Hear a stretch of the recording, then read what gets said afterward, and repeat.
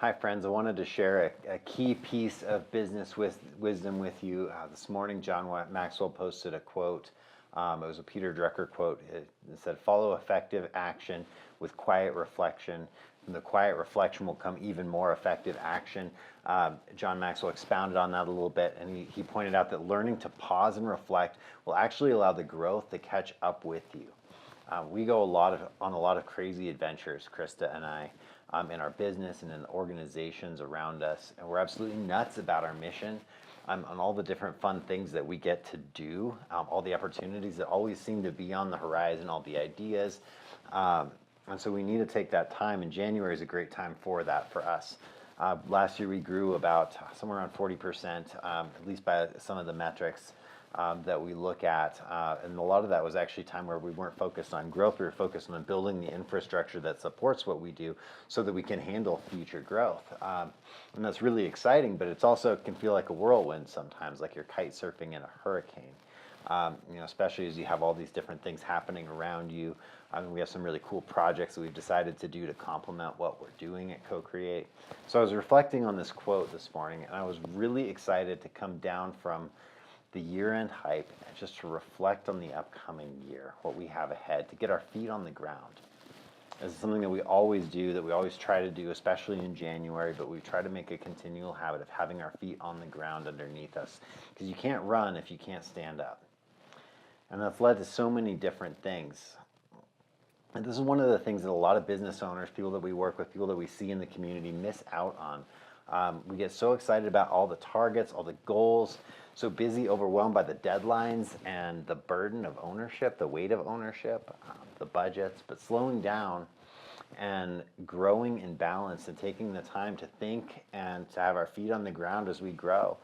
It actually opens the door for faster growth and more sustainable growth.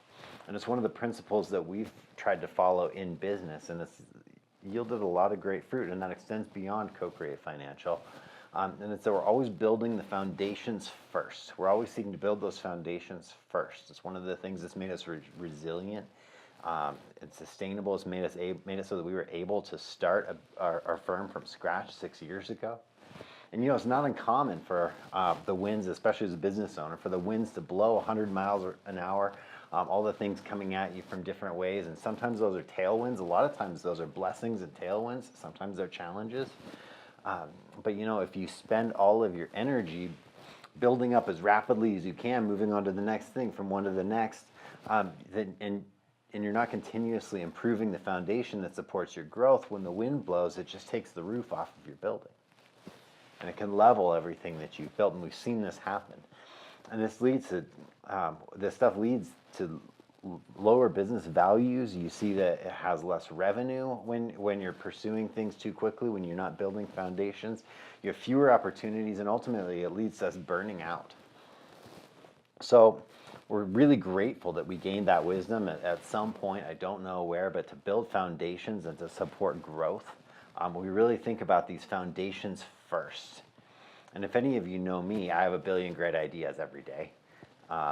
And I mean, some of them are garbage, but probably all of them are garbage except for a few. But we keep some of them. And if we pursued all of these ideas that I have, we'd be underwater in all of them. Instead, because we take time to reflect, we take time to think about things, to prioritize, to be strategic, to fit things in, we can see which opportunities fit into the broader picture. We can put the rest away in their appropriate buckets.